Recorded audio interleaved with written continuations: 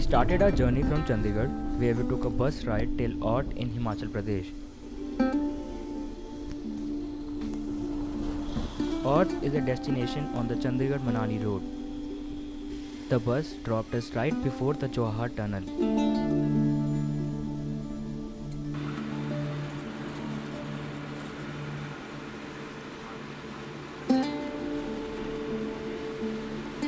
We took another bus from Trout till Banjar village and then a taxi from Banjar till Gushaini village. Now it is important to take a permit from Sairopa before entering into the national park. Sairopa is a few kilometers before Gushaini, and without a permit, you are not allowed to enter into the park.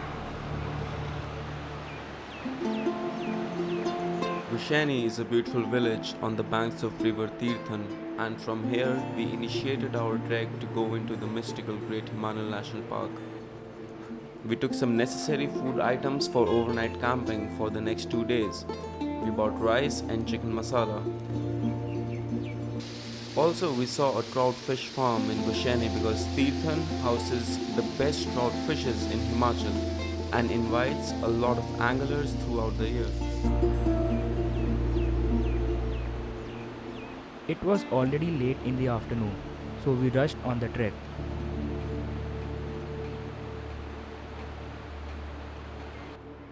From Gushaini, a number of treks are possible, one being the trek up to the Shield top, at an elevation of about 10,000 feet.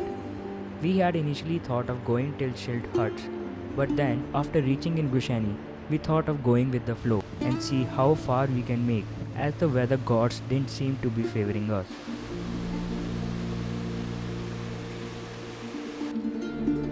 Walking a few kilometers, we met a shepherd on our trek who was returning back to a village with his sheep. So we asked him for the way ahead.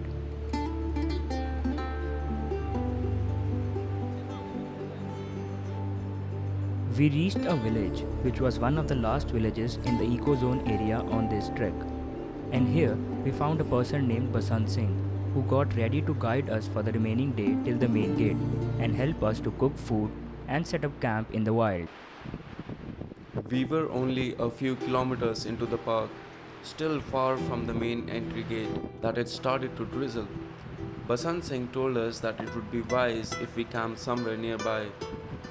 Moving a little further, we found a little Gaddi settlement. Gaddi is the local term for the mountain shepherds, and these people sometimes use such settlements for staying overnight. So, we trekked down to a bridge over the river. Lots of villagers use these bridges for their daily routine work, and they also do an excellent job of maintaining these bridges from time to time to keep them safe. That spot was beautiful as we had found a place that was right in the middle of the forest with the sound of rushing river to soothe our ears all the time. Gaurav started to build the tent while our guide went away to get some wood for the night. He made a campfire and made sure that it didn't go off as it was drizzling all the time.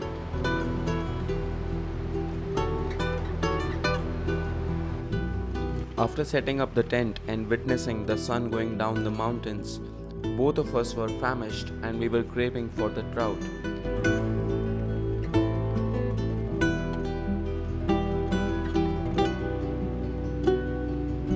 I got some fishes out, and cleaning them was actually gross.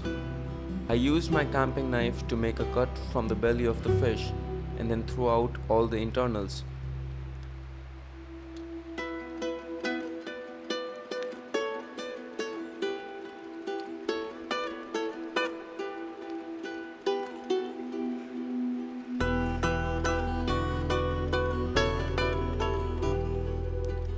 Then I marinated the fishes, wrapped them in aluminum foils and put them in the fire.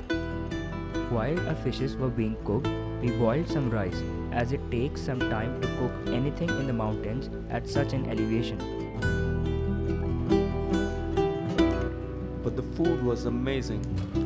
After spending some more time close to the fire, relishing the cold weather, we had to hit our tents early as it had started to rain a bit more heavily.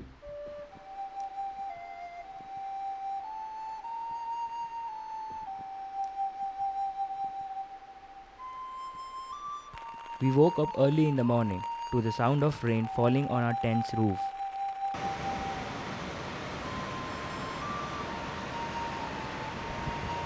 Basant Singh helped in setting up the fire again when we got ready for the further trek till the main entry.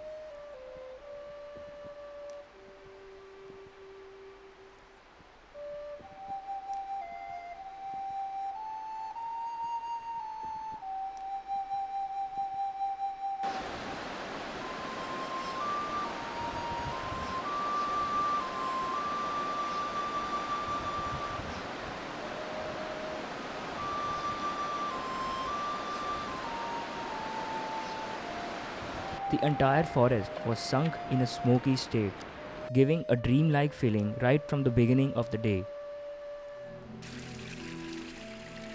It was now that we had started to experience the true essence of the park.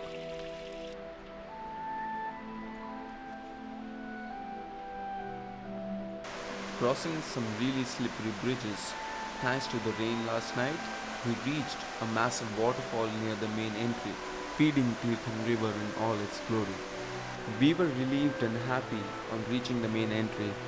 We couldn't just resist ourselves and took a quick dip into the freezing cold water, which was very refreshing.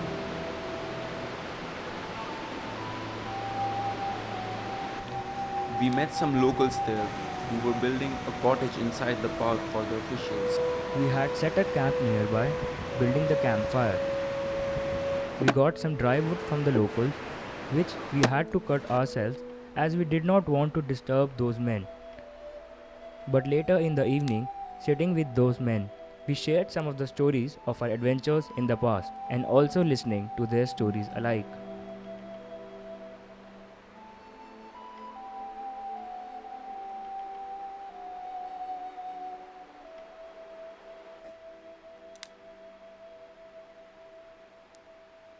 After the cold night's sleep, we woke up to a relatively warmer day. It had been raining the entire night, but the morning was sunny, devoid of any cloud cover. We left our bags at the camp and finally trekked into the park for a few kilometers. Trekking was treacherous at times as we had to cross some dangerous slippery bridges, sometimes barely a log of wood connecting the path. We spotted some langurs, a lizard, a snail,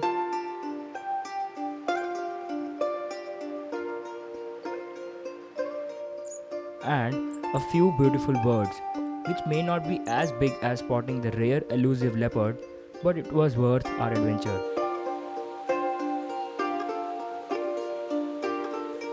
We also spotted a variety of species of plants around us. There was a beautiful dance of nature that could be seen all around in the park, all made so perfect by the sun-kissed cool breeze.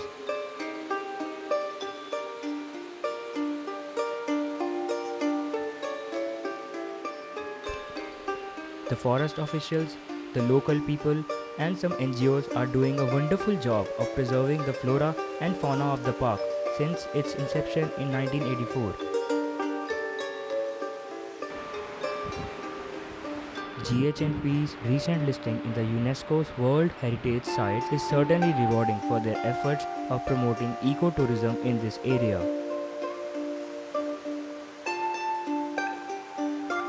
We couldn't really make it to the Shield top, but after strolling around the first checkpoint of Rolla Huts, we returned to our campsite at the main gate.